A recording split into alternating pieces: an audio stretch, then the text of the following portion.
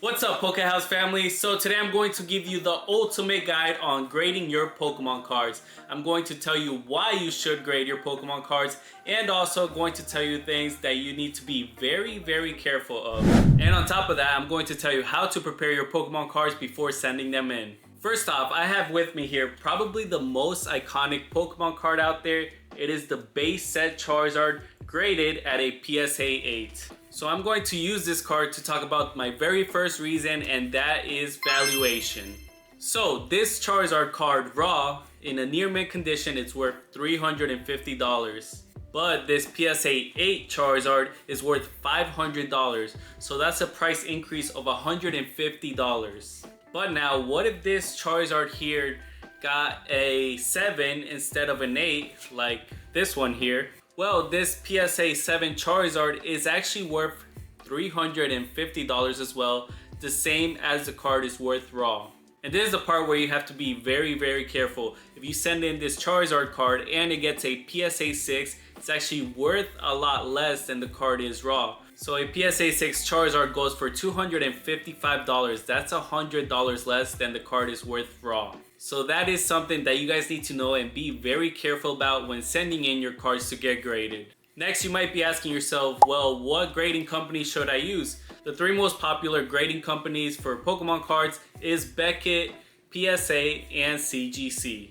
Now, I've only ever graded with PSA, so I can't really talk too much about the other two companies, but I will tell you guys what I've heard about grading Pokemon cards with these other companies. So PSA, I've heard, is really good at grading modern Pokemon cards.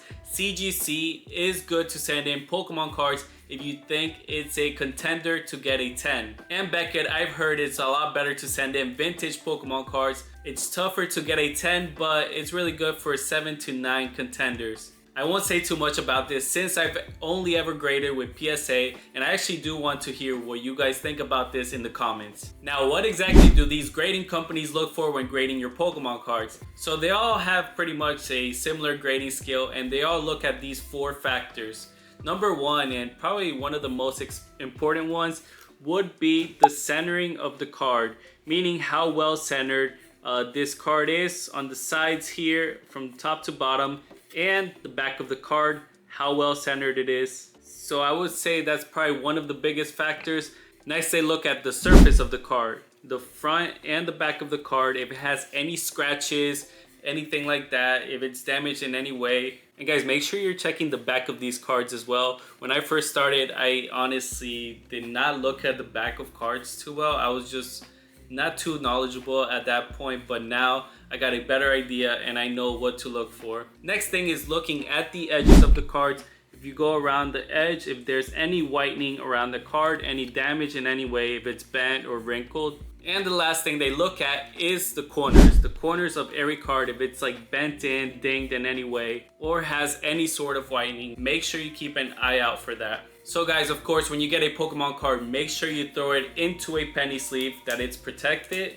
And you could even throw it in a top loader to protect it a whole lot better. Or if you plan on sending it to get graded, you have to throw it into one of these semi-rigid sleeves. And of course, if you just want them for your personal collection and throw them in the binder, I would honestly recommend this Vault X binder.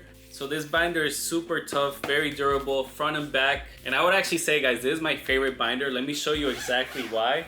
So this is a 12 pocket binder.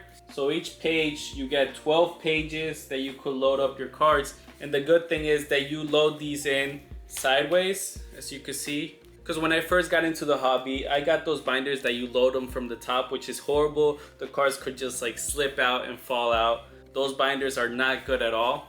So with this one, there's a lot of protection and it's got a zipper that you could completely close the binder. So I would actually say that's like probably one of the best binders that you could use. And I'm actually now an affiliate of Vault X. You guys could use the code POKEHOUSE at checkout to get 10% off. I'll put that link down there below and it'll be helping out the channel. So of course, I'd really appreciate that.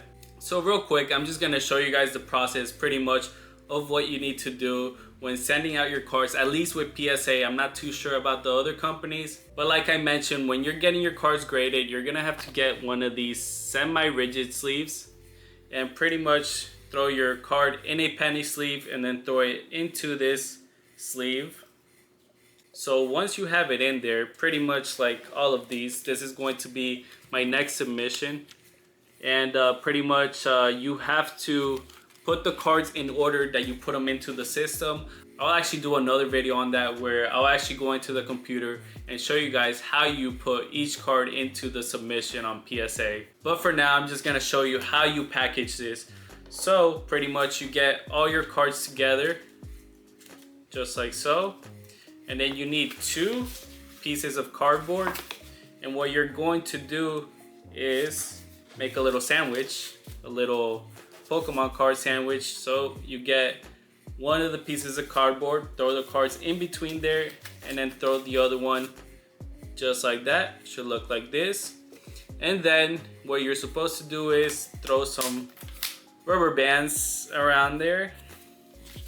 So I would recommend putting 2 to 3. You don't want it too tight, but of course you don't want it to fall off either. I've never done this way before where I put one across, but honestly I think it's a pretty good idea. You know, it keeps all your cards in there. And then last but not least, you're going to want to get some bubble wrap. I actually left it somewhere else, but anyway, get some bubble wrap and then wrap this up and then just throw it in the box and you're good to go. So anyway guys, that is some stuff that you absolutely must know before sending in your cards to get graded. Let me know what you guys think about this video. If you have any questions, let me know below in the comments. And if you enjoyed it, leave a thumbs up and I'll see you guys on the next one.